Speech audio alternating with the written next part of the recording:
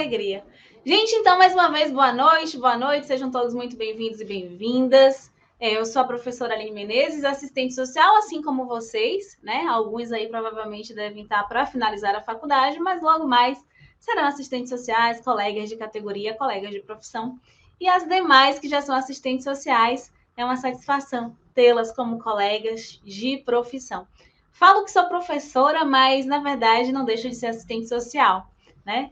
Eu me identifico com a nossa profissão, sou apaixonada pela nossa profissão, gosto tanto que quis ficar nessa parte do ensino, né? Dessa parte da docência, que tanto me deixa satisfeita e realizada. Então, o nome, né?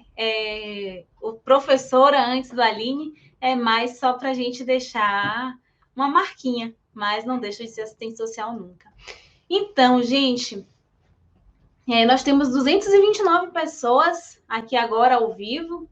Então, aqui cabe todo mundo, né? Aqui nesse nosso... No YouTube cabem mais pessoas do que no Meet. Então, a gente já conseguiu colocar aqui agora 230 pessoas ao vivo, né? Legal. Gente, olha só. Eu vou compartilhar aqui o material com vocês que eu havia preparado em relação à nossa aula de hoje. A nossa aula de hoje ela vai tratar exclusivamente de discursivas, né? O interesse de vocês nesse momento tem sido para discursivas. E discursivas que têm sido cobradas nos concursos para serviço social, nos grandes concursos, né, na maioria das vezes. O sócio jurídico tem feito essa requisição, e não é para menos, né? O judiciário, de um modo geral, o Ministério Público, a Defensoria Pública, os órgãos que acompanham o judiciário, como, por exemplo, os tribunais de justiça, cobram isso de vocês. E cobra isso de vocês porque, provavelmente, vocês vão escrever laudos, relatórios, estudos, pareceres, que vai fazer o quê? Subsidiar a decisão de um juiz, subsidiar a decisão de um promotor, subsidiar a decisão de um defensor público, vai subsidiar decisões no âmbito do judiciário. E subsidiar decisões no âmbito do judiciário, gente, não é simplesmente escrever, né? É saber o que escrever, porque ali terão vidas nas mãos de vocês. Então é importante que vocês tenham esse compromisso ético e que vocês saibam que cada processo que chegar até vocês no judiciário, no sócio jurídico, é porque vidas ali elas serão analisadas e terão destinos mudados pela conduta de vocês. Vai ser uma caneta, um carimbo, uma escrita que vai definir caminhos. Caminhos para uma adoção de forma responsável, caminhos para uma destituição do poder familiar, caminhos para internações compulsórias ou não. E aí eu acredito que, além de vocês terem a teoria como a grande aliada de vocês, porque ela é imprescindível para que se tenha uma prática de qualidade, é necessário que vocês tenham uma perspectiva ético-política. A perspectiva ético-política ela se faz a partir de reflexões diárias dos casos que chegarão para vocês. Esses casos que vão chegar para vocês no Tribunal de Justiça do Distrito Federal e que vai chegar para vocês no Ministério Público de Goiás, são casos que a gente precisa pensar previamente. E é por isso que o curso de discursivas ele está aqui, longe das minhas questões serem a materialização de casos concretos que chegam ao TJ, tá? Longe disso, porque eu sei que é no cotidiano profissional que lá acontece a reprodução da sociedade, a reprodução social e a reprodução da totalidade. Longe das minhas questões de discursivas quererem dizer que eles são casos, mas eu posso dizer para vocês que eu elaborei 10 questões inéditas que estão disponibilizadas no nosso curso e no nosso e-book, que se aproximam de realidades concretas do judiciário. Essas 10 questões, elas não brotaram da minha cabeça, obviamente. Eu pensei como o cargo de vocês está lá no edital, as atribuições do cargo de assistente social para o Ministério Público de Goiás e para o Estado de São Paulo, e para o Ministério Público de Goiás, para o Ministério e Tribunal de Justiça do Distrito Federal e Territórios. Então, quando eu vi aquelas atribuições do cargo, eu falei, cara, o que vai chegar para os meus alunos que irão realizar essas provas vão ser casos concretos. E eu precisei de assessoria, né, de 2 assistentes sociais que são do sócio jurídico, que é a Dalila Lisboa, que atualmente ela é assistente social do Tribunal de Justiça, Distrito Federal e Territórios, e da Fabrícia Pereira, que é assistente social do Ministério Público da União, que é do Ministério Público, na verdade, do Distrito Federal e Territórios. Então, eu precisei recorrer a quem está no sócio jurídico. Eu falei, gente, estou com essas ideias de questões, com essas ideias de casos. O que é que vocês sugerem sobre esses casos? Aí as duas me disseram assim, Aline, esses casos são muito semelhantes aos que chegam no tribunal, são muito semelhantes ao que chega no Ministério Público. São bons casos para que os seus alunos consigam fazer boas discursivas e, consequentemente, terem um diferencial para fazer com que sejam aprovados e aprovadas no concurso. Aí eu falei, então pronto. Estou tendo aí 2 referências, né? Dalila Lisboa e Fabrícia Pereira falando. Então, isso ficou, para mim, muito melhor, né? Eu tinha pensado em 10 questões. Eu não vou divulgar aqui as 10 questões para vocês, porque elas estão surpresas, que são as questões que constam no e-book. E essas questões que eu trouxe no e-book, elas trazem temas que podem certamente cair na sua prova. Eu espero que caia, certo? Então, Fabrícia Pereira e Dalila Lisboa foram 2 assistentes sociais que colaboraram para que esse e-book ele estivesse hoje funcionando e para que o curso também estivesse funcionando. Então, eu deixo aqui minha gratidão a elas, tá? Também como eu agradeço a minha equipe, professor Laércio Ferreira, que é o nosso professor de português, que já vem nos acompanhando há algum tempo, nas últimas turmas das discursivas. O Laércio, ele traz a perspectiva da discursiva do ponto de vista do avaliador, né? Ele é professor, um amigo meu que a Católica de Brasília me deu, e que hoje ele também é mestre em educação, né? Tem um canal aqui no YouTube que é Gramática com Laércio, vocês inclusive podem seguir o YouTube dele. E o Laércio, ele vem contribuindo. E ele vai estar no curso, nas aulas gravadas do curso. E ali ele vai fazer... E ele ali vai fazer para vocês as aulas de tipologia textual, o que é uma questão discursiva, o que é um estudo de caso, o que é uma redação discursiva, dissertativa argumentativa, redações de nota 10. Então, o Laércio vai ter ali no curso algumas horas de aulas com vocês. Além das aulas gravadas, nós teremos também aulas online, tá? Ao vivo, com as pessoas que estarão matriculadas no curso para tirar dúvida, para a gente discutir algum ponto específico, algum caso específico, certo?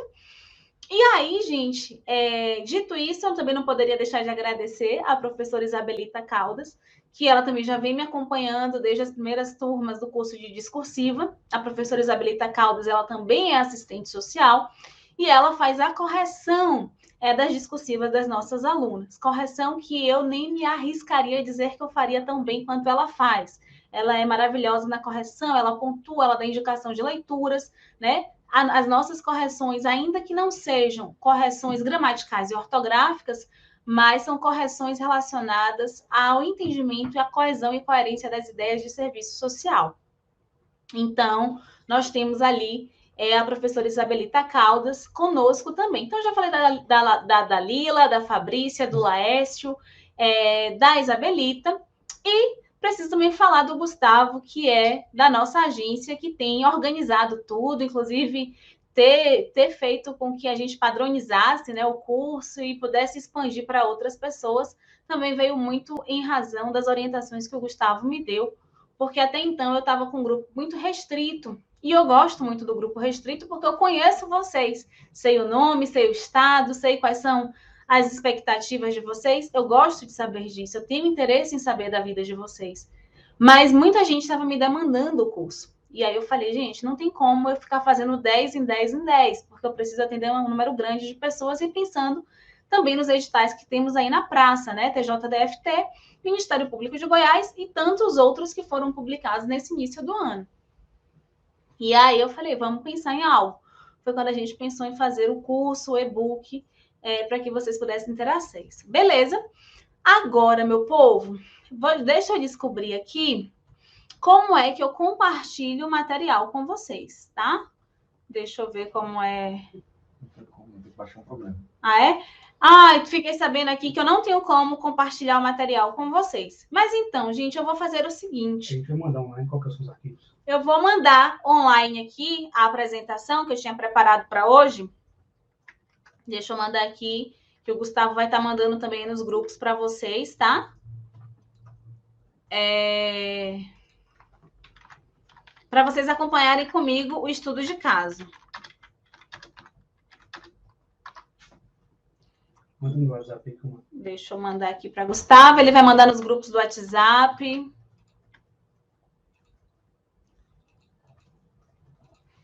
E no final, iremos fazer o sorteio. E eu quero saber quem é que vai ser o ganhador, a ganhadora do nosso curso e do nosso e-book. Quem será, hein? Quem será que vai... Pronto. O material, gente, já vai ser disponibilizado aí para vocês, tá? Deixa eu ver até se eu consigo mandar esse material aqui para vocês. Tá mandando o material no grupo do WhatsApp, tá? Ainda não sei como é que utiliza o canal do YouTube. Eu acho que tem que... Como é que isso aqui compartilha com vocês. Mas já tá lá no canal do... Já tá lá nos grupos do WhatsApp. Tá, não. Você mandou para quê? Para você, Gustavo. Não chegou. Chegou. Você tá online aí. Peraí. Pode continuar aí. Vamos... Pronto? Vocês já vão receber material aí. E aí, gente, falando mais um pouco desse trabalho no sócio jurídico, a aula vai ficar gravada sim. Eu vou descobrir como é que deixa ela gravada, tá? Estou usando o YouTube hoje pela primeira vez, gente. Então, peço desculpas pela falta de habilidade aí com a plataforma do YouTube. Geralmente, quando eu utilizo o YouTube, já está tudo prontinho, certinho. Mas como eu não tinha canal e hoje eu passei a ter um canal, eu vou descobrir. Tá? Então, pensando aí na nossa aula, acho que vocês já estão com o material. Já chegou aí o material para vocês, né? Então, ótimo, maravilha. Já falei da nossa equipe maravilhosa que está aí, né? Que sozinho, eu acredito que a gente não vai longe. Pode até caminhar, mas se cansa, né? E quando a gente vai com outras pessoas, a gente vai mais longe, né? É muito do que Gonzaguinha fala. Um sonho que se sonha só é apenas um sonho, não é verdade? Mas com outras pessoas é uma conquista, né? Então é isso. Eu não poderia chegar até aqui sem ter vocês, né? E sem ter a equipe aí maravilhosa. Editais, galera, TJDFT e Ministério Público de Goiás. Na terceira tela do slide, eu faço esse comparativo entre o TJDFT e o MPGO. O TJDFT, assim como o MP Goiás, terão duas questões discursivas. Observe que não é uma redação dissertativa argumentativa. E isso vai fazer com que muita gente que não leia o edital e que não participou dessa aula se dê mal na hora da prova. Por quê? Porque uma discursiva é diferente de dissertativa argumentativa. Uma discursiva, você vai ter que responder uma questão que a banca vai te dar, de uma forma que não necessariamente é no modelo tradicional e convencional das redações. A questão discursiva, ela também tem uma estrutura, e o professor Laércio vai falar isso para vocês no curso, tá? Como é que faz uma estrutura de discursiva, como é que inicia a discursiva, como é que desenvolve, como é que conclui. Mas o que eu posso dizer para vocês, com as análises que eu fiz dos últimos 12 anos de editais publicados pela Fundação Getúlio Vargas, é que a Getúlio Vargas ela gosta de dar casos concretos, ou seja, casos do cotidiano profissional, casos do dia a dia. E vai pedir para você uma determinada conduta, uma determinada orientação, um determinado encaminhamento com base em legislações. A discursiva, ela exige de você um conhecimento teórico, um conhecimento prático. Ou seja, a discursiva, ela exige do candidato um conhecimento teórico prático. tá? Um conhecimento teórico prático que também ele é fundamentado na perspectiva histórica dialética. A gente não pode deixar de esquecer da perspectiva histórico-dialética. E quando eu falo para vocês sobre a perspectiva histórico-dialética, eu estou falando de uma perspectiva que ela é crítica. Eu estou falando para vocês de uma perspectiva em que ela não faz reproduções do cotidiano conservador, por exemplo. Então, nós temos que entender que a perspectiva histórico-dialética é aquela perspectiva que vai fazer com que vocês, por exemplo, tenham uma visão sobre um caso concreto que não é a visão do senso comum, que não é a visão da aparência. A perspectiva histórico-dialética é a perspectiva que faz com que aquela situação aparente, faz com que aquele singular, ele se desloque para um plano de universalidade. E se deslocar para o plano de universalidade é vocês compreenderem as contradições que existem. E vocês também precisam pensar que aquela situação singular, por exemplo, ela não é apenas a situação do Pedro, do Flávio ou do João. Aquela situação, ela representa uma totalidade. Ela representa uma universalidade. Então, nós temos aí uma outra perspectiva, uma outra categoria para analisar os casos concretos que chegarão na discursiva de vocês. E qual é a categoria que eu falo para vocês nesse momento? A categoria que se chama mediação. É a categoria que permite que a gente faça o movimento do aparente para o real, né? É o concreto pensado. É pensar na singularidade desses sujeitos em um plano de totalidade. É um movimento, gente, que exige realmente o que é dialética. A dialética do concreto. A dialética de pensar as contradições. A dialética de pensar que existem o que teses e antíteses. Então, é importante que todos os casos concretos que cheguem para vocês, nas discursivas, vocês tenham esse olhar, que é um olhar do método histórico dialético, certo? Porque discursiva vai vir, provavelmente, casos concretos relacionados aos grupos que são atingidos por esses órgãos. Mulheres, idosos, pessoas com deficiência, LGBTQIA+, né? Então, aqueles grupos, eles vão chegar com situações concretas no Ministério Público e vai chegar com situação concreta no tribunal. E quando chega no tribunal, chega por meio das varas, não é verdade? E aí a gente também precisa lembrar que hoje em dia, as expressões da questão social, que são os nossos objetos de trabalho, que é aquilo que a gente trabalha no cotidiano, por exemplo, elas têm sido judicializadas. Não é verdade? Nós sabemos que o enfrentamento que deve ocorrer à questão social, a forma de enfrentar as expressões da questão social, tem que ser por via dos direitos e das políticas sociais. Não é verdade? Mas hoje nós temos tido uma perspectiva de um Estado que ele traz a judicialização dessa expressão dessa questão social. E judicializar a expressão da questão social vai contra a corrente ao que está na defesa do nosso projeto ético-político. Então, se a gente observa a atuação de assistentes sociais no sócio-jurídico, é uma atuação que precisa sair do limiar do senso comum, né? Precisa sair de um limiar de culpabilização e de responsabilização dos usuários e das famílias e pensar na perspectiva de direitos, certo? Estou falando isso porque isso vale para qualquer discursiva que vier para você. Então, esse é um pensamento que vocês, enquanto assistentes sociais, precisam ter. Até aí, vocês estão me acompanhando, gente? Tá tranquilo essa explicação que eu estou dando para vocês? Tá de boa? Me avisem aí, porque se eu estiver falando coisa que vocês não estejam entendendo, eu faço questão de repetir. Tá entendendo? Beleza. Se não estiver entendendo, fala aí, tá? Então, aqui a gente tem isso. E o TJDFT, o Ministério Público de Goiás, vai colocar duas questões para vocês, né? Com pontuações diferentes, obviamente, mas que vai corrigir de uma forma igual. Ambas irão corrigir com base na estrutura textual global e vai fazer a correção gramatical, tá? Esse é o padrão da FGV, galera. O padrão da FGV é esse. É cobrar de vocês a parte textual e cobrar de vocês a questão também da gramática, certo? Gramática aí, de fato, vocês vão precisar estudar, né? As novas regras do novo acordo ortográfico, né? Tudo isso, crase, né? Caligrafia, vocês vão precisar saber de todas essas coisas, tá certo? E aí, meu povo, vamos lá que eu vou ter que acompanhar vocês aqui, vou ter que acompanhar o material aqui também. Então, eu tenho aqui no nosso material como é que a FGV avalia o candidato, né? Como é que a FGV vai te avaliar? É o que está aí no slide 4, na tela 4. Estrutura textual global, correção gramatical e seleção vocabular. Você vai ter a sua discursiva avaliada com base nesses 3 padrões.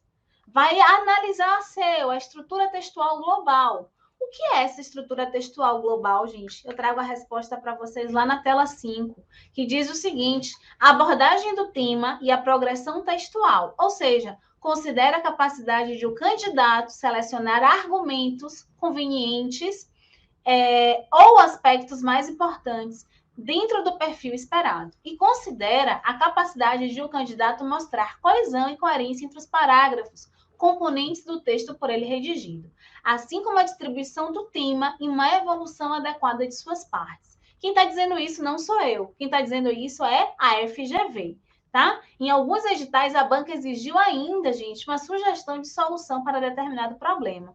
Aconteceu isso com o TJ Rondônia, 2021. A banca exigiu por exemplo, uma solução. Mas a de vocês, provavelmente não, nos 2 editais não cobra solução na discursiva. Se vocês quiserem trazer soluções, não tem problema algum, tá? Mas isso não é obrigatório.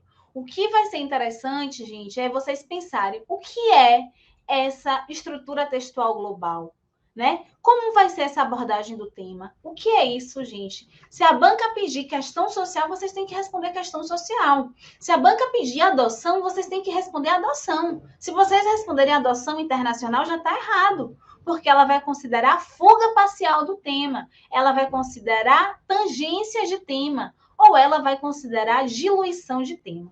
Diluição de tema é quando a banca pede azul e você coloca preto, certo? É quando a banca pede Maria da Penha e você vem com pessoa com deficiência. Então, cuidado com as fugas tangenciais de tema e cuidado com as fugas parciais de tema. Fuga parcial, quando é que ela acontece?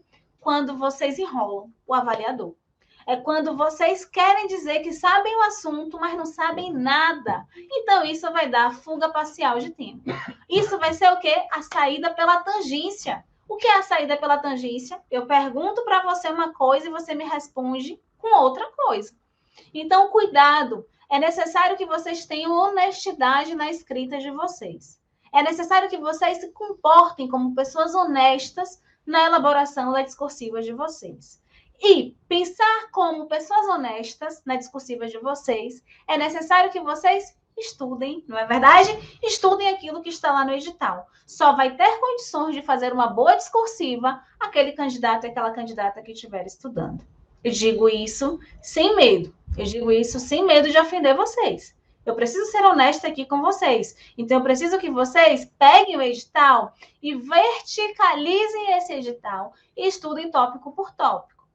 Porque vai ser ali na parte dos conhecimentos específicos é que vai ter a sua questão de prova. A questão de prova ela não vai cobrar sobre a guerra agora lá da Rússia e da Ucrânia. Não vai cobrar sobre isso. A sua questão de prova não vai te perguntar sobre o desmatamento que está acontecendo na Amazônia. Não. A sua questão de prova ela vai perguntar do que tem do tópico 1 ao último tópico lá do seu edital. Seja ele Tribunal de Justiça, seja ele Ministério Público de Goiás. Então, vocês já sabem o que é que vai ser cobrado. Vocês não sabem como, né, e o quê, mas vocês sabem que tudo que tem ali é possível de ser cobrado. E como é que vocês vão vencer isso?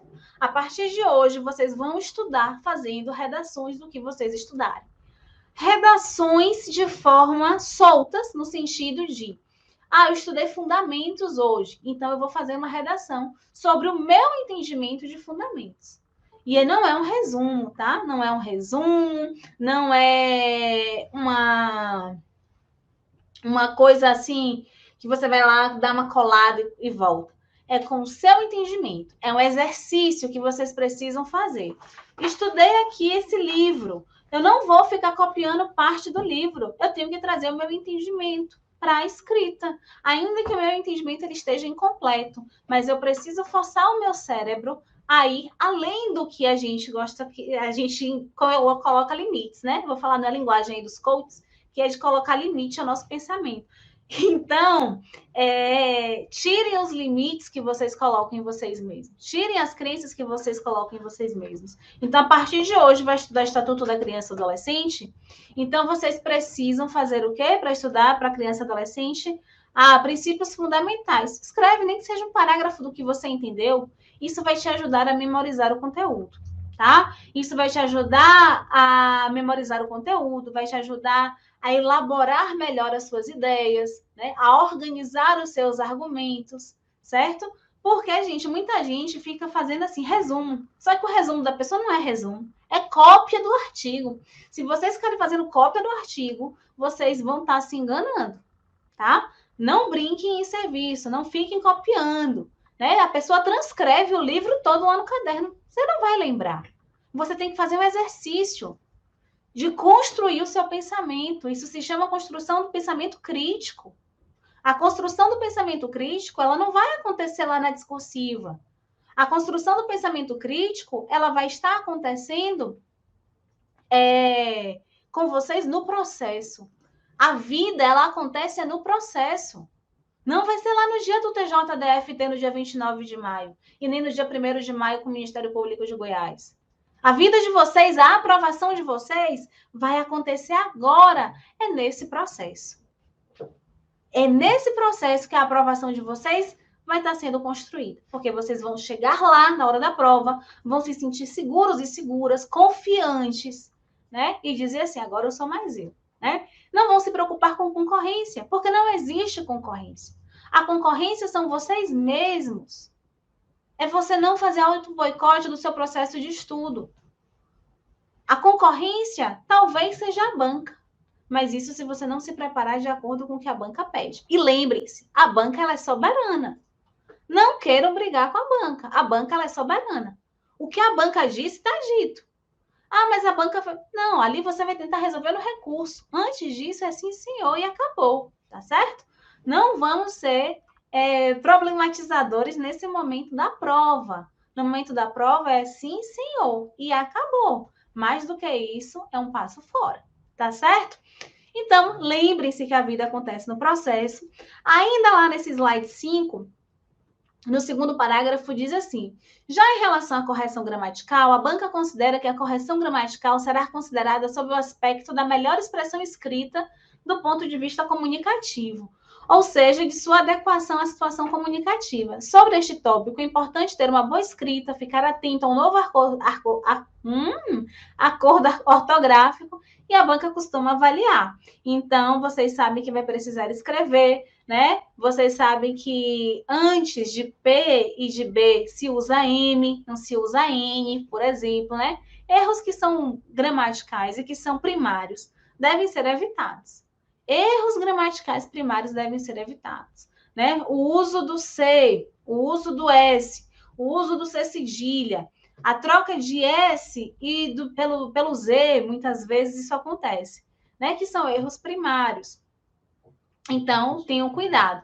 Por isso que é importante estudar ditongo, tritongo, hiato, né? Para poder estar escrevendo tudo certinho. Então, a parte ortográfica ela vai ser cobrada. Não adianta você ter um excelente texto, mas você ter diversas questões ortográficas, né? Até porque a sua comunicação ela vai ficar falha se você coloca uma vírgula ou se você não coloca uma vírgula. Minha irmã ela é professora de português e ela costuma brincar sempre assim, que uma vírgula faz muita diferença, né? Minha irmã coloca assim, uma vírgula, ela pode mudar completamente o sentido do que a pessoa quis escrever, né?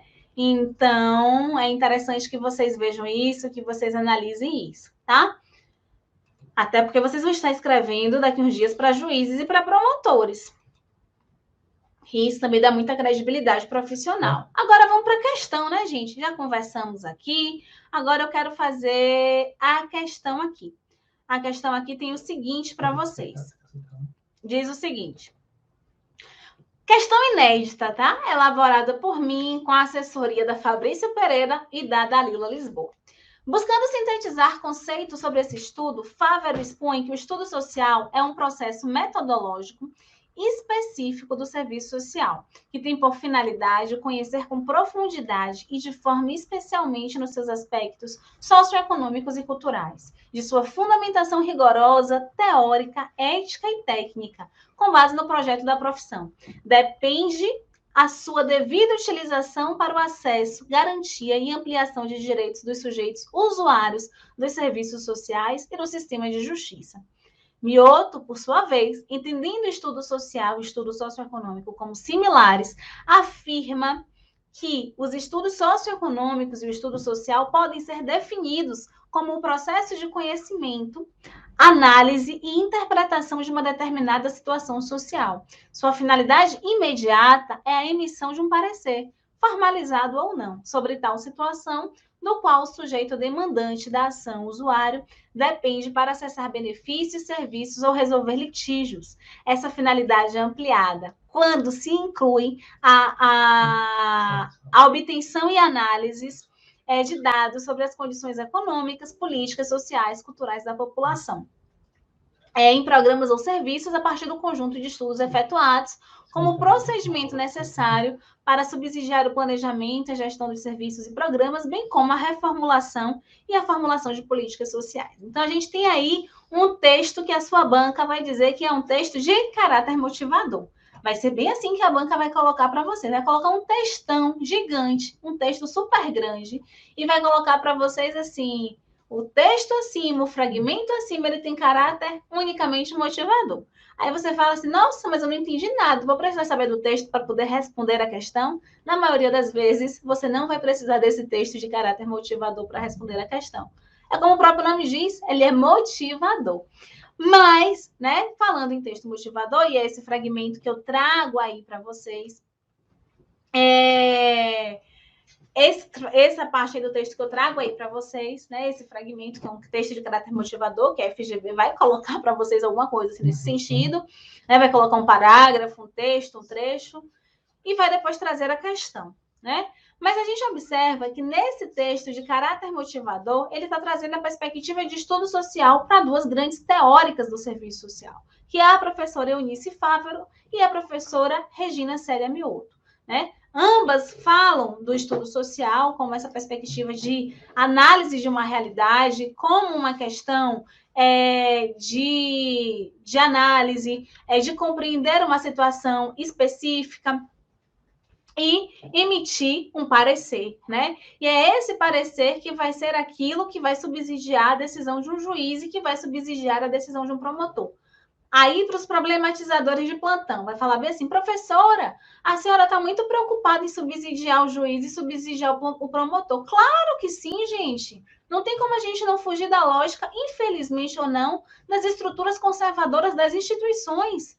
Se o médico está para os hospitais, no sistema de saúde, no sistema de justiça, o sistema de justiça está para promotor e para juiz. E quem vai decidir, né, vai ser o juiz. Né, a decisão judicial. Só que ele decide sozinho? Não, ele decide com o parecer consubstanciado que você faz. E é esse parecer que você precisa ter responsabilidade e compromisso e no estudo que você realizar. Porque é nesse estudo que você vai realizar que vidas vão ser determinadas, como eu iniciei a nossa aula. Né? Para quem não tinha chegado, eu volto a dizer, vidas serão determinadas a partir de um parecer. O parecer que você vai fazer vai destituir uma tutela, por exemplo, vai instituir uma curatela, por exemplo, né?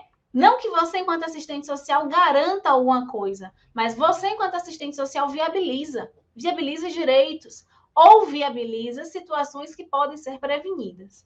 E situações que podem ser prevenidas, muitas vezes vão ser decididas, o martelo que bate por último vai ser o juiz. Não é verdade? E no Tribunal de Justiça vocês vão fazer isso, e o promotor também na promotoria, né? Ainda que o Ministério Público ele não tenha um poder de decisão, mas como nos bastidores, né, as pessoas costumam falar, o Ministério Público ele dá palpite, né, na decisão também do juiz, né, é um mero palpiteiro, com todo respeito à instituição. Então, a gente precisa ter esse cuidado, tá? Então, a gente tem esse texto de caráter unicamente motivador, que traz esses conceitos de estudo social que são importantes, e aí diz assim, considerando o fragmento acima, de caráter unicamente motivador, o juiz da infância e juventude solicitou ao assistente social um estudo social sobre a família de Marcos. A família reside em um bairro periférico da capital federal. Essa família ela é numerosa, composta por 12 membros. O domicílio possui 3 cômodos. A renda familiar é proveniente do Programa Auxílio Brasil. Então, aqui a gente observa, nesse parágrafo, que está falando de uma situação concreta de uma família de uma criança, né, de Marcos. Nesse contexto, os vizinhos denunciaram a família, pois alegaram que os pais não alimentam as crianças e estas sempre choram pedindo o que comer. O Conselho Tutelar foi acionado e advertiu os pais por negligência e encaminhar a situação em tela à vara, pedindo a destituição do poder familiar. Olha só o que aconteceu. A família, né, o Conselho Tutelar advertiu a família, disse que era negligência, encaminhou o caso à vara e pediu a destituição do poder familiar. Neste sentido, considere os elementos que devem conter no estudo social e emitam parecer social sobre a situação apresentada. Então, aqui a gente observa uma situação que está relacionada à questão de criança e adolescente, não é verdade? E está falando de uma questão de atuação do Conselho Tutelar, atuação também da Vara da Infância. O que a gente precisa pensar antes de responder as questões discursivas? Vocês irão direto para a questão? Não. Vocês não irão direto para a questão. Na questão discursiva, vocês, como eu já disse para vocês, vocês precisam estar parametradas, né, referenciadas, subsidiadas no método histórico dialético, como vocês precisam utilizar a categoria mediação para desvelar a realidade. Vocês vão fazer isso aqui na discursiva. Mas como é que vocês vão fazer isso? Vocês vão fazer o que eu chamo de chuva de ideias. Vocês vão fazer o que eu estou chamando aqui de brainstorm. Antes de vocês começarem a escrever o texto, vocês vão trazer ideias para o tema e para a situação. Por que eu não estou dizendo para vocês direto para fazer o texto, ainda que seja o rascunho? Porque isso vai te dar pânico na hora da prova. Você vai ter uma sensação que você não sabe de nada. E eu não quero que vocês tenham pânico na hora da prova. Eu quero que vocês se sintam confiantes e seguros. Então, na hora da prova, eu preciso que vocês façam a chuva de ideias. A chuva de ideias, gente, é dizer assim, quais são as situações em que pode haver a destituição do poder familiar? Pergunta mais uma vez, pobreza, escassez material é motivo de destituição do poder familiar? Aí a gente recorre a quem? Ao Estatuto da Criança e do Adolescente. Por isso que eu disse para vocês que vocês têm que ser honestas em relação ao processo de estudo. O ECA, ele deixa lá para vocês dizendo que situação de pobreza não é situação que fala de destituição do poder familiar, por exemplo. O ECA não traz para vocês que a destituição do poder familiar vai acontecer por situação de pobreza. Ainda que o ECA fale tudo isso, isso é comum ou não é comum chegar na vara da infância? Isso é ou não é comum chegar na saúde, na assistência social, na educação? Porque as pessoas têm medo de pobreza, não é verdade? Acha que o pai e a mãe estão numa situação de escassez material, não tem condições de cuidar da família. Porque nós temos o quê? Um pensamento conservador e de responsabilizar e de culpabilizar as pessoas. Então, são reflexões que vocês precisam trazer para vocês construírem o texto. Não precisam estar no seu texto, mas essas reflexões prévias à escrita do texto vai fazer com que você tenha um texto conforme a FGV quer, que tem uma progressão textual. O que é essa progressão textual? O desenvolvimento de ideias. Você vai começar com uma ideia e vai desenvolvê-la até fechá-la. Beleza? Então, a gente tem essa questão dizendo que o Conselho Tutelar advertiu essa família e solicitou à vara a destituição do poder familiar. E o juiz solicitou o estudo social e o parecer social da assistente social. No Meet eu ia conseguir escrever para vocês. Aqui no YouTube eu não vou conseguir escrever. Mas eu vou tentar falar como é que eu escreveria, né?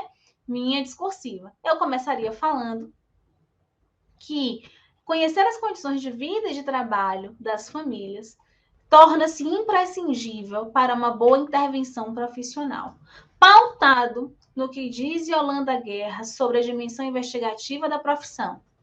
Dimensão investigativa da profissão é nesse sentido de trazer a pesquisa como um elemento constitutivo para qualificar a intervenção.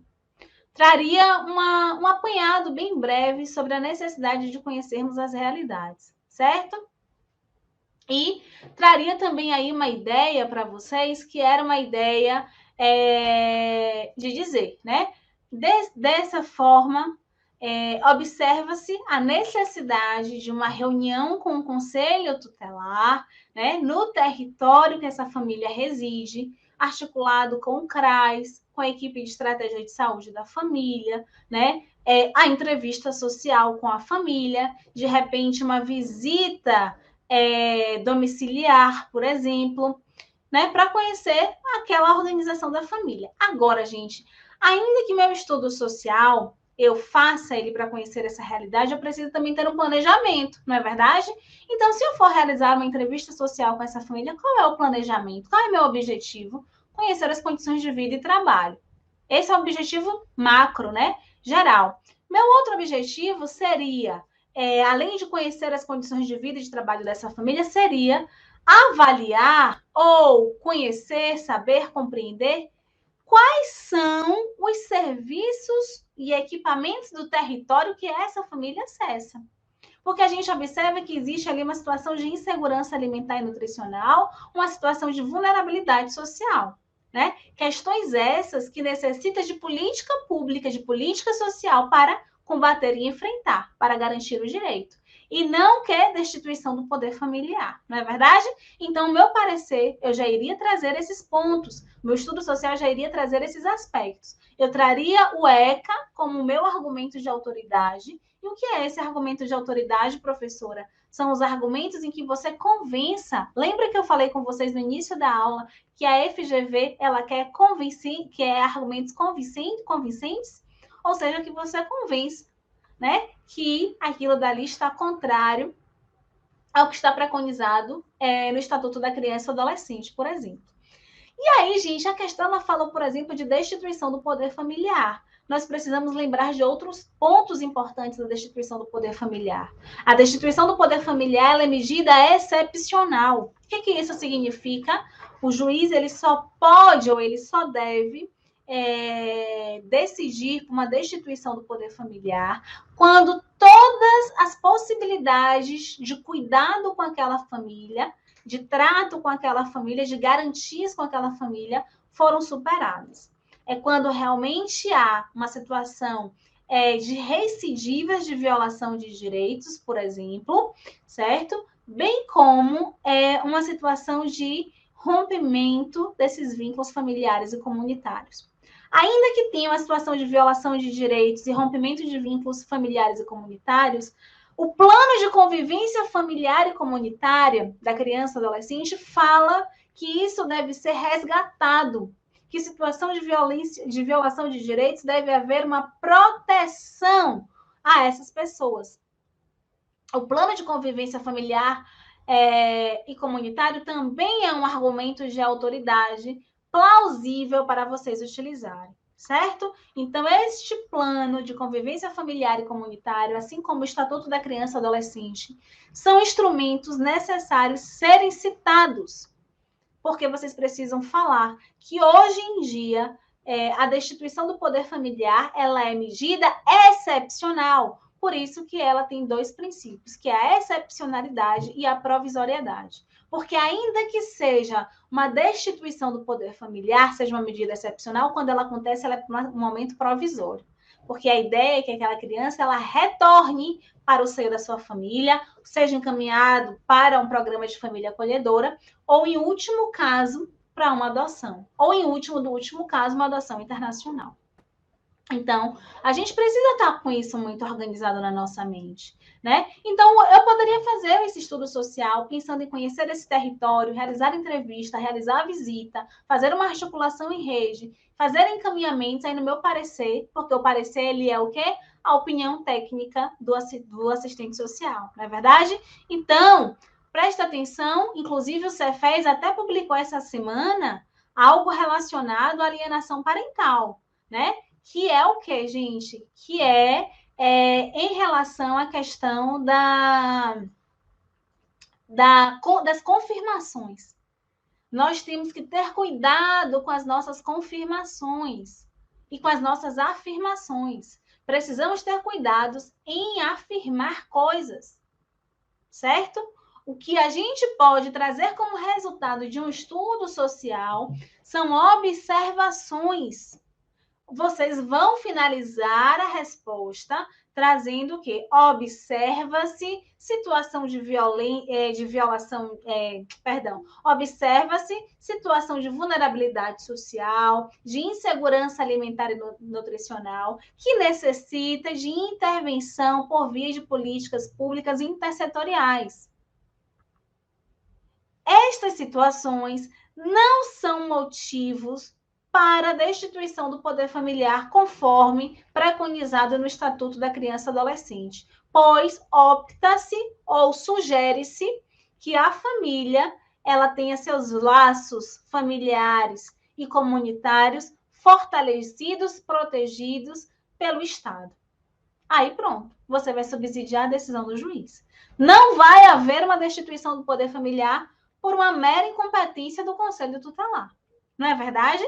Muitos conselhos são excelentes, mas outros conselhos eles deixam a gente louca, né? Principalmente conselhos que estão aparelhados, conselhos que têm uma perspectiva completamente conservadora da coisa. Então, vocês vão fazer o texto desse jeito. O que eu observei nas minhas turmas passadas de discursivas? Vocês sabem o conteúdo. Vocês já aprenderam o conteúdo, mas na hora de colocar para o papel, é a dificuldade que vocês têm. Minhas alunas, elas são excelentes das turmas das discursivas passadas. Meninas excelentes, maravilhosas. Só que a maioria, quando ia escrever, aí eu falava assim, olha, tá errando nisso. Tá errando nisso. Porque, muitas vezes, algumas, ao escreverem suas redações no curso, iam para o livro, iam para o Google. Eu não quero que vocês façam isso. Vocês têm que desenvolver a habilidade da escrita. A habilidade da escrita, ela só se faz o quê? Escrevendo. Se vocês ficarem recorrendo a moletas, né, para escrever, vocês vão ter dificuldade na hora da prova. Então, eu via muito isso com as minhas alunas nos cursos passados. Porque elas sabiam, né, na hora do debate da aula, elas explanavam, elas sabiam tudo, mas na hora de escrever eu percebia que não era uma escrita que condizia com aquele conhecimento. Era uma escrita engessada. E a liberdade da escrita, vocês só conseguem com segurança. E segurança vocês só adquirem fazendo, né? Então, eu trouxe aqui um modelo de discursiva inédita, né? Que está lá no e-book. Além dessa, tem 10 temas inéditos que eu fiz, gente, assim, pensando, vai lá, TJ, vai lá, Ministério Público de Goiás, vem que meus alunos vão estar preparados. Eu trouxe assuntos, assim, bem importantes. Inclusive, eu até convidei o professor Douglas, né, o professor Douglas Gomes, para dar uma aula para vocês no curso de discursivas, porque eu elaborei uma questão sobre o grupo LGBTQIA+, né, que eu também tenho para mim, que é LGBTQIA+, possa ser que seja cobrado, né, no Tribunal de Justiça do Distrito Federal e Território.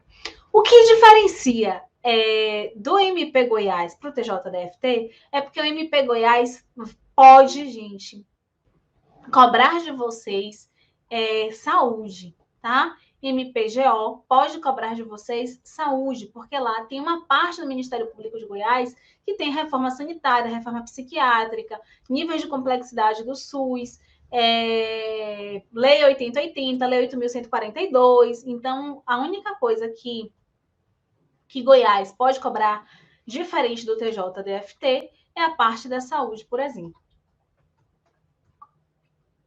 Fora isso, dá bem semelhante, tá? O professor Douglas vai estar conosco na aula de LGBTQIA+.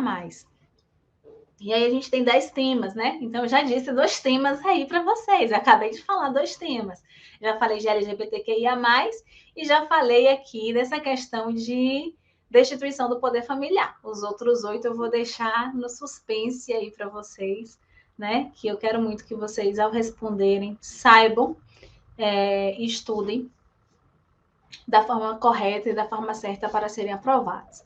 Para que a gente não fique bem aqui extenso, né, nesse tempo todo, eu já vou estar passando a aula, tá? Próximo slide vocês têm aí o curso de questões discursivas. Quem tiver interesse no curso, vocês podem acessar aí no Hotmart, certo? Vocês podem acessar aí no link, que eu vou postar aí no chat para vocês acessarem. Eu preciso falar uma coisa para vocês. Bota pro YouTube. Oi? Bota pro YouTube. Deixa no YouTube lá. Aqui, pronto.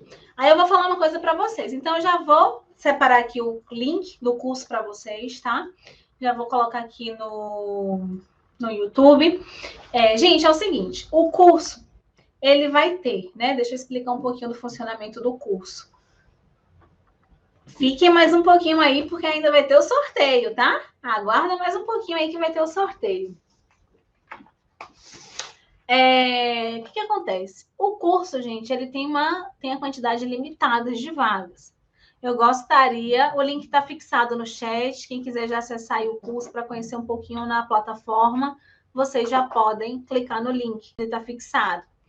Se vocês quiserem também entender o que é que eu vou falar um pouquinho do curso, agora é a hora, tá certo? Olha só, o curso, eu abri uma quantidade limitada de vagas, porque eu sei que a procura ela é bem grande, mas como eu disse para vocês, eu gosto de saber quem são vocês, eu gosto de acompanhar vocês, ainda que eu não seja uma mentora, mas eu gosto de saber quem são vocês, né?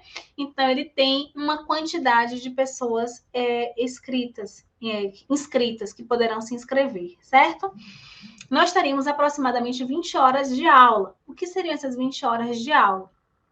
Seriam as aulas gravadas, que elas já estão sendo gravadas. Eu já gravei algumas aulas e vou finalizar as gravações. O professor Laércio de português também vai gravar algumas outras aulas. O professor Douglas vai gravar, né? 20 horas de aula. Do curso gravado, não. Do curso gravado, mas dos nossos encontros online. Então, vocês vão ter um curso gravado e vocês vão ter encontro comigo também pela plataforma, tá? Online, pela plataforma online, para que vocês possam tirar dúvidas e para que a gente possa estar discutindo, conversando, né? Orientando vocês, porque eu acredito que uma aula expositiva ela é muito boa, mas uma aula expositiva dialogada ela é maravilhosa.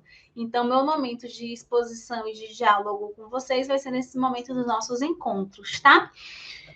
Tem as questões inéditas, que são temas que eu arrisco para os 2 concursos, então tem 10 questões inéditas, né? Como eu disse para vocês, eu fiz uma análise dos últimos 10 anos, dos últimos 12 anos, perdão, da FGV. Então, quem adquirir o e-book, na verdade, quem adquirir o curso ganha o e-book, né? Então, no e-book eu tenho ali 15 redações, 15 discursivas, 15 questões que foram cobradas pela FGV nos últimos 12 anos, que vocês poderão treinar, certo? Essas 15 questões da própria FGV, mais 10 questões inéditas. Então, ao todo, vocês terão 25 questões para treinarem, para se prepararem. Sendo que as 10 questões que vocês vão ter inéditas, como eu disse para vocês, né? São inéditas, é o que eu estou apostando para ser cobrado. Além disso, gente, tem as aulas de português, que elas são de grande valia, né? São aulas importantíssimas, que são as aulas do professor Laércio, certo? A aula de um tema que eu já disse para vocês, que até então eu não vi sendo cobrado, mas eu aposto que sejam cobrados, que é da LGBTQIA+, né? E aí nós temos o nosso curso.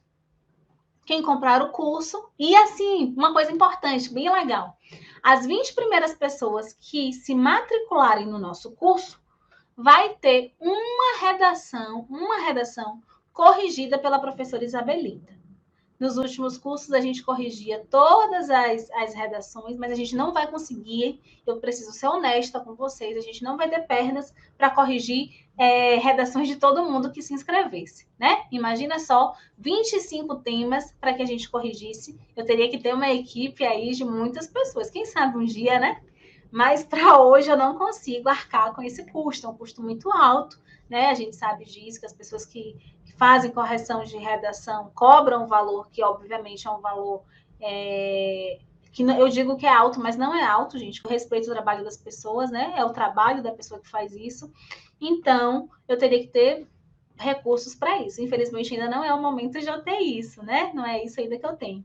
Então, os 20 primeiros que se inscreverem terão uma redação corrigida pela professora Isabelita Caldas.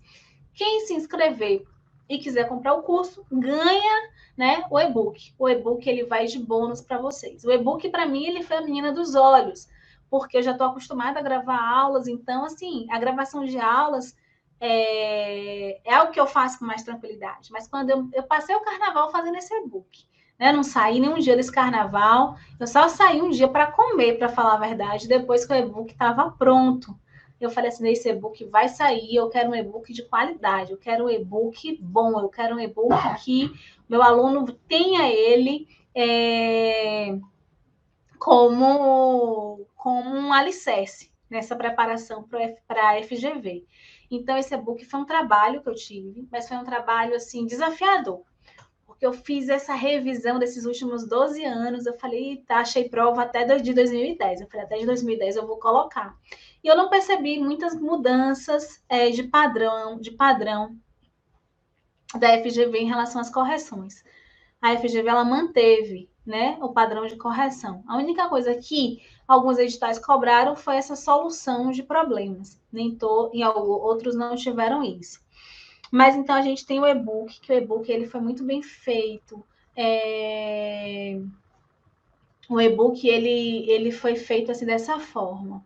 Então, o curso então não inclui correções? Não. Esse curso ele não inclui correções.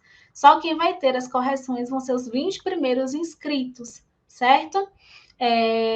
E teremos uma redação. Só que a gente vai ter um momento de diálogo e de dúvidas, né? O curso irá me ensinar, mas como saber se eu estou bem? Aí, gente, a gente vai ter os momentos ao vivo, os nossos momentos ao vivo, que eu vou chamar. Vai ter um dia que eu vou dizer assim, me manda essa redação aí para eu ver, né? Como é que você fez, né? Eu vou querer estar fazendo isso com vocês, né? Então, é importante que vocês já tenham essa informação. Caso vocês tenham interesse de correções à parte, a professora Isabelita provavelmente vai auxiliar vocês, mas eu não posso comprometê-la, né? Mas se vocês precisarem de uma correção à parte, a professora Isabelita, ela tendo tempo, ela pode sim auxiliar vocês. Eu acho que eu já falei, né, sobre o curso. O curso está sendo montado com muito carinho aí para vocês, com a equipe maravilhosa, né? Uma equipe de professor de português, de serviço social, com essa nossa corretora dos 20 primeiros, uma redação corrigida. E o que acontece? Como é que eu fiz, né? Como é que é a metodologia do curso? Eu faço as correções dessas 10 questões. Então, vocês vão ter, gente, um padrão, certo? Um padrão de discursivas com base na minha aula. O que acontece? Como é que eu estou fazendo minhas aulas? As aulas eu estou gravando. Então, por exemplo, essa aula de hoje aqui que eu dei para vocês, ela inclusive já está até disponibilizada lá no curso. Então, a gente faz uma discussão, né, sobre os direitos da criança e adolescente, e quando chega no momento de escrever a discursiva, eu escrevo a discursiva. Eu vou digitando, escrevendo a discursiva.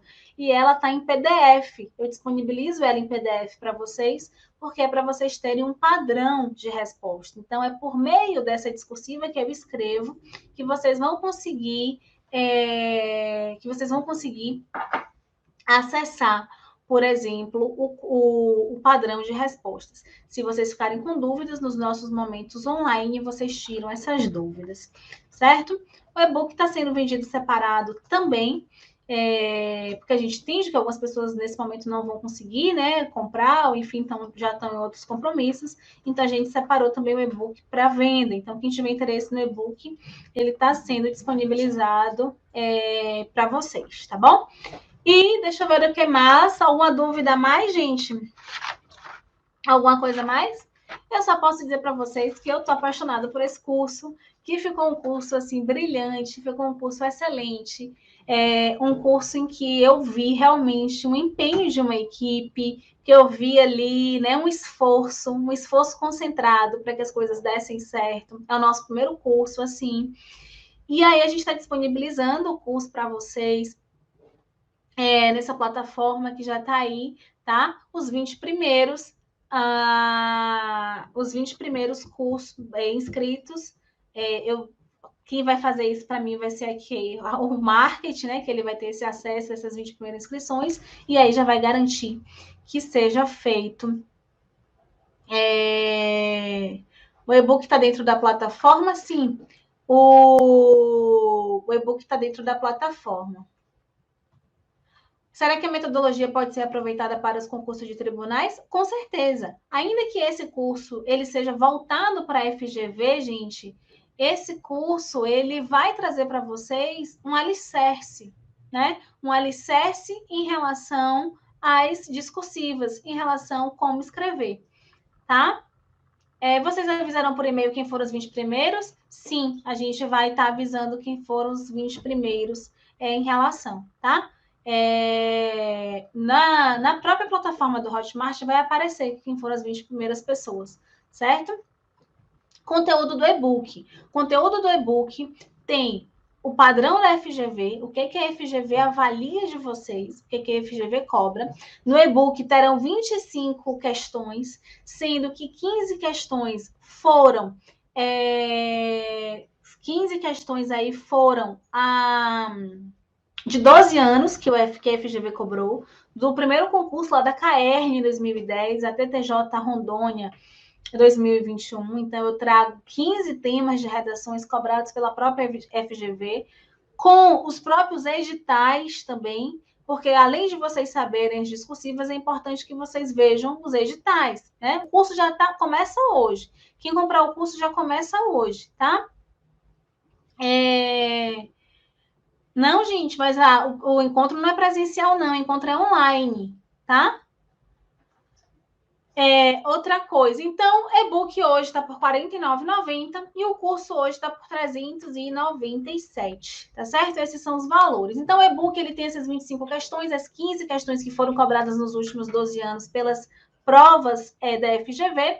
Eu trago os editais, porque os editais é o que vai te dar o parâmetro para que você responda aquelas questões que estão lá. E mais as 10 questões inéditas, que eu aposto que são questões ao vivo. Vai ser à noite? Não, vai ser no sábado pela manhã, tá? Eu vou definir as datas do sábado pela manhã, mas são aulas que irão ficar gravadas. Quem não puder participar, pode entrar pelo Drive, tá certo? O e-book tem padrão de resposta? O e-book ele não tem padrão de resposta, certo? O padrão de resposta eu faço pelo curso, tá? Mas vocês me conhecem, vocês sabem o quanto que eu sou acessível. Se vocês tiverem qualquer dificuldade, qualquer dúvida, vocês podem me perguntar. Eu sempre respondo os directs de vocês e o WhatsApp também. Então, qualquer coisa que vocês quiserem perguntar, eu sempre pergunto. Então, o e-book ele contém 25 questões, ele contém 15 editais passados, ele contém a análise da FGV, certo? Então, nós temos isso. Outra coisa que eu preciso também falar para vocês, tem o curso, tem o e-book, as 20 primeiras pessoas terão as redações corrigidas, e quem ganhar o sorteio vai ter a redação corrigida, também vai ter o e-book e vai ter o curso, tá? Então, Jandira, por favor, manda uma redação pronta. Eu posso mandar um modelo de redação para vocês no grupo, tá? Posso mandar, inclusive, dessa que eu fiz hoje aí para vocês. A Sheila já viu o e-book, está dizendo que o e-book está maravilhoso, então é isso. Eu gostaria, gente, de corrigir as redações como a gente já vinha fazendo, mas se eu fosse corrigir as redações, eu não conseguiria atender a quantidade de pessoas que têm demandado o curso. Eu precisei fazer escolhas difíceis, né? Eu fiquei entre a cruz e a espada, porque nas nossas turmas passadas nós tínhamos as correções de todos os cursos, de todas as estudantes, né? E eram correções de 2 correções por semana. Mas se eu mantivesse como a gente estava, eu não conseguia expandir o curso. Aí eu cheguei e falei, nossa, gente, eu vou ter que escolher. Ou eu abro para todo mundo ter acesso às aulas e os materiais, ou eu deixo restrito para uma quantidade bem pequena de pessoas. Então, por conta da demanda que estava sendo reprimida nesse momento, eu precisei pensar assim. Mas futuramente, quem sabe, né? A gente tenha uma outra ideia, né? Tenha recursos para poder arcar com as correções. Eu mando sim. Então, galera, é isso. Agora vamos ao sorteio. Muito obrigada. Foi muito maravilhoso estar aqui com vocês. Eu estou muito feliz. Estou muito surpresa da quantidade de pessoas. Com certeza, isso daí só deu certo porque vocês estiveram aqui comigo, porque outras pessoas estiveram aqui nos bastidores. Meu esposo, Gustavo, está aqui também, né? Que padronizou o nosso curso, que diagramou o nosso e-book. Então, realmente, tudo só deu certo porque tem outras pessoas aqui fazendo com que as coisas tivessem dado certo. E com certeza o protagonista da noite são vocês. Vou dormir hoje com alegria no meu coração, grata pela confiança de vocês, né? E por esse momento maravilhoso. Estreamos nosso canal no YouTube, né? De forma forçada, mas que bom que deu certo. E teremos novidades, aguardem, tá bom? Um beijo, fiquem com